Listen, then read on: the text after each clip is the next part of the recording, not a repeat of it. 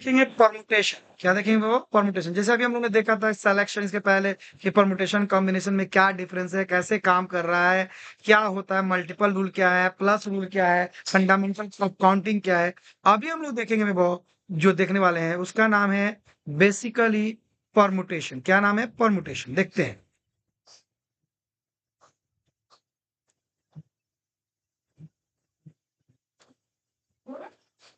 Permutation. Permutation में मैंने आपको बताया दो चीजें हैं। एक क्या है? परमुटेशन में किसी भी चीज को सेलेक्ट करना है, साथ ही साथ उसको अरेंज करना है। तो परमुटेशन में selection plus arrangement plus arrangement का ऑर्डर मैटर करता है। इंपॉर्टेंट। तो परमुटेशन वो एक प्रोसेस है जिसमें किसी चीज को दिए हुए, मान लीजिए आपको मैंने दिया है n number of things, n number of things,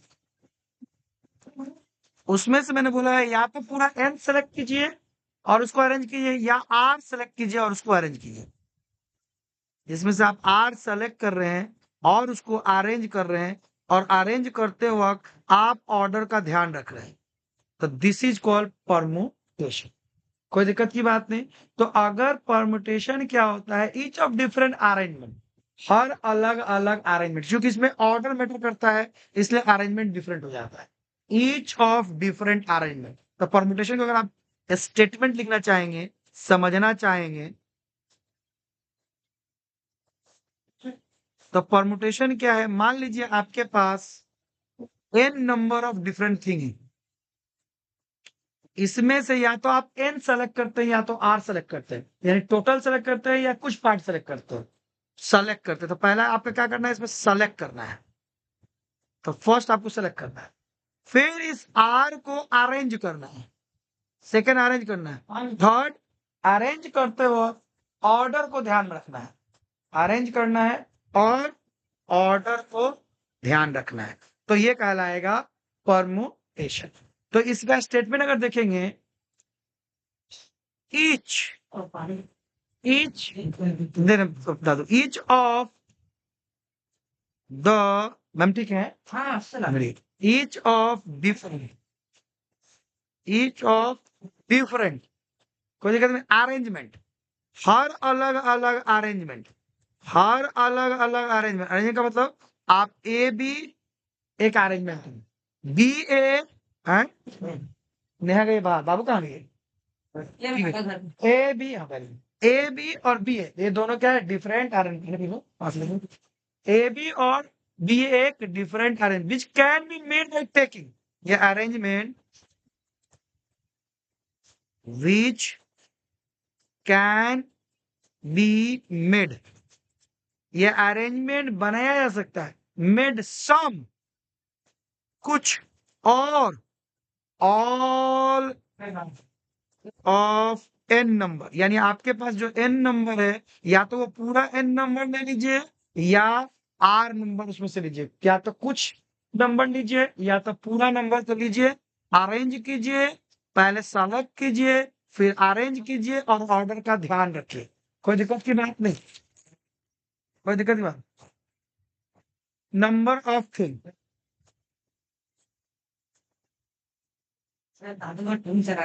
हाँ, नंबर ऑफ थिंग्स, ठीक है, एट ए टाइम, एक ही समय लेना है, एट ए टाइम, एक साथ, यानी together, is call is call is call permutation, is call permutation. कोई दिक्कत की बात नहीं, इसी को हम लोग कहते हैं परमुटेशन। Is call permutation. क्या हो गया? दिक्कत बढ़ गया वो फिर तो आप तो ये यहाँ पे, सेकंड को हैं? पर्पल वाइन इस पे हो, नहीं इसका राइट है कहाँ? बड़ा है हर्ड हो गया हो गया। तो ये हो गया, कोई दिक्कत की बात नहीं, मेरे को समझ में आ रहा। टाइम इज कॉल्ड परमुटेशन, ये बहुत कोई दिक्कत की बात है तो बोलिए, इज कॉल्ड परमुटेशन। ठीक है, तो मान लीजिए आपके पास एन नंबर ऑफ थिंग था, उसमें से आपने आर सेलेक्ट किया और अरेंज किया, तो इसको दिखाने का तरीका होगा n permutation r, n permutation r. कोई दिक्कत की बात नहीं। तो इसको सजाने का तरीका होगा, यानी एन नंबर ऑफ थिंग में से आर नंबर ऑफ थिंग आपने सेलेक्ट किया, तो आप इसको पढ़ेंगे एन परमुटेशन आर। कोई दिक्कत की बात नहीं। इसका क्या मतलब होता है इस फॉर्मूले का? एन परमुटेशन आर आप ऐसे लिखते हैं फैक्टोरियल एन। क्या लिखते हैं वो? Factorial n. क्या लिखते हैं वो? Factorial n divided by factorial n minus r. ये इस फॉर्मूले का पूरा मतलब होता है, factorial n divided by factorial n minus r. For example मान लीजिए आपके पास 18 डिफरेंट बुक्स थे, उसमें से आप मान लीजिए कि 5 बुक्स सेलेक्ट करना था और उसका परमुटेशन करना था और उसको अरेंज करना था इन गिवन डिफरेंट ऑर्डर में। आपके पास जाएगा 18p5, यानी फैक्टोरियल 18 डिवाइडेड बाय 18 माइनस 5। कोई दिक्कत बात? अब फैक्टोरियल एन का क्या मतलब होता है? 1 into 2 into 3 up to n तक। कोई दिक्कत की बात नहीं। वो वही है ना, तो बाइनोमियल तो। हाँ हाँ, यही बाइनोमियल के बाद ही था, बाइनोमियल के बाद ही था। लेकिन n minus r into r भी था। हाँ वहां पे कॉम्बिनेशन में, अभी इसके बाद पढ़ेंगे वो, तो कोई दिक्कत की बात नहीं। समझ में आ रहा है ना? तो ये हो गया। कोई दिक्कत? परमुटेशन में सिर्फ यही रहेगा, इसलिए परमुटेशन ज्यादा रहता है। कोई दिक्कत की बात नहीं है, कोई दिक्कत की बात नहीं। तो ये फैक्टोरियल 18 का क्या मतलब होता है याद रखेंगे। फैक्टोरियल का मतलब क्या होता है? अगर मैंने फैक्टोरियल एन लिखा है, यानी कि किसी भी चीज को एन टाइम्स मल्टीपल करना है, नंबर को एन टाइम्स मल्टीपल करना है, ठीक है। अगर मैंने फैक्टोरियल 8 लिखा है, इसका मतलब 1 into 2 into 3 into 4 into 5 into 6 into 7 into 8। कोई दिक्कत की बात नहीं। फैक्टोरियल 1 का वैल्यू 1 होता है, फैक्टोरियल 0 का वैल्यू भी 1 होता है।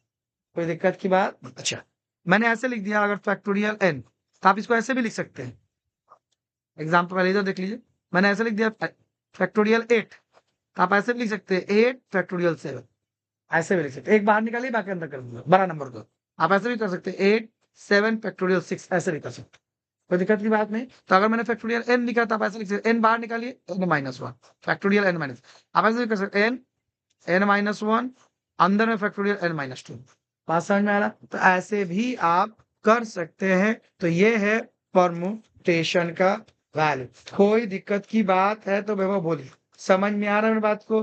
तो ये हो गया हमारा बेसिकली किसी भी क्या परमुटेशन को फैक्टराइजेशन करने का तरीका या परमुटेशन को समझाने का तरीका। कोई दिक्कत की बात है वो समझ में आ रहा है? अगर मैंने ऐसे दे रखा है फैक्टोरियल, अच्छा फैक्टोरियल को कभी हम लोग ऐसे भी देते हैं एन, और यहाँ पे एक्सेलेंट दे देते हैं। कोई ऐसे भी लिख सकते हैं, कोई दिक्कत की बात? सुनो, तो आप इसका मतलब हुआ n minus 1 n minus 2 dot dot करके एन तक। कोई दिक्कत की बात है वो समझ में आ रहा है? वो फिर समझाओ मैं क्या कह रहा हूँ, समझ में आ रहा है? मान लीजिए आपके पास ऐसा था एन परमुटेशन एन। मान लीजिए अगर आपके पास मैंने ऐसे दे दिया केस 1 आर इक्वल टू 0, क्या दे वो आर इक्वल टू 0, तो क्या हो जाएगा एन पी, और मैंने भी सिखाया आपको क्या, ये फैक्टोरियल एन और ये हो जाएगा एन माइनस आर। तो यहाँ पे 0 है, तो ये हो जाएगा factorial n divided by n minus 0, यानी factorial n divided by factorial n equal to 1। कोई दिक्कत की बात है तो बोले, समझ में आ रहा है? हाँ, समझ में आ रहा है? कोई दिक्कत की बात नहीं। अभी देखते हैं एक चीज आओ कि फैक्टोरियल 0 का वैल्यू 1 कैसे हो रहा है। फैक्टोरियल 0 का वैल्यू 1 कैसे हो रहा है? कोई दिक्कत की बात नहीं हो। अभी मैंने आपको बताया कि फैक्टोरियल 0 का वैल्यू 1 होता है। अब हम लोग देखने की कोशिश कर रहे हैं फैक्टोरियल 0 का वैल्यू 1 कैसे होता है। अगर देखिए आपने वो ऐसे ले रखा है, समझिएगा, अगर आपने ऐसे लिखा है एन पी एन लिखा है ना, कोई दिक्कत की बात है? तो क्या हो जाएगा इसका factorial n n minus n equal to factorial n factorial 0। कोई दिक्कत की बात है वो तो बोलिए, समझ में आ रहा? कोई दिक्कत की बात है वो तो बोलिए, समझ में आ रहा? इसका मतलब हुआ कि अगर हम लोगों ने एन पी एन ले रखा है, तो इसका ये मतलब हुआ। और देखो एक चीज और समझिए कि अगर हम लोगों ने ऐसे ले रखा है, कोई दिक्कत की बात नहीं, और इस एन पी एन का मतलब होता है factorial n. N P n का मतलब होता है यानी एन थिंग है उसको एन, इसका मतलब होता है फैक्टोरियल एन। और ये किसके बाद बराबर, फैक्टोरियल एन डिवाइडेड फैक्टोरियल 0 बराबर है। तो ये कट गया, सो फैक्टोरियल 0 इज इक्वल टू आ गया हुआ। वो समझ में आया? तो इस तरह फैक्टोरियल 0 का वैल्यू होता है। कोई दिक्कत की बात है वो? तो ये हो गया हमारा परमुटेशन के बारे में। अब एक और चीज देखने की कोशिश करते हैं। मान लीजिए आपको ऐसे दिया है क्वेश्चन,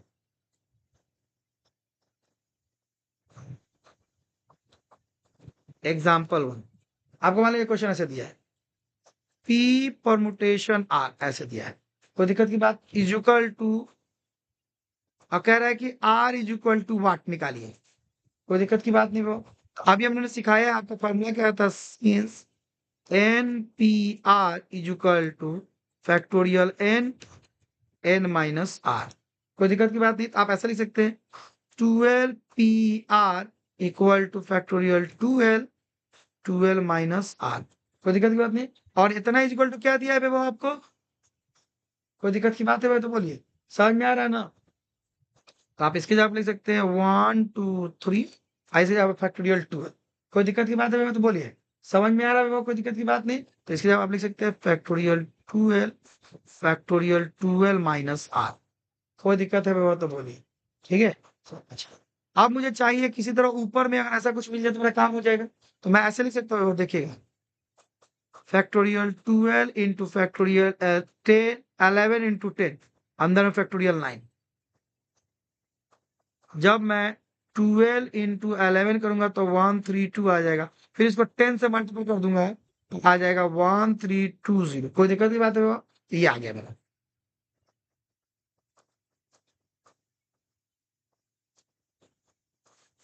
ये जाएगा फैक्टोरियल 12 माइनस, ये कट गया वो। सो इधर आ गया, इसको इधर भेज देते हैं, factorial 12 minus r equal to factorial 9। कोई दिक्कत की बात है तो वो बोला, समझ में आ रहा है? अब सोचिए कि 12 में से क्या घटा देंगे तो 9 हो जाएगा, तो 3। तो बेसिकली आर का वैल्यू कितना गया? समझ में आया वो? कोई दिक्कत की बात है? समझ में आ रहा? तो ये हुआ हमारा बेसिक एक फॉर्मूला समझने का। एक और क्वेश्चन देखते हैं, एग्जाम्पल नंबर, उसके बाद भी देखते हैं।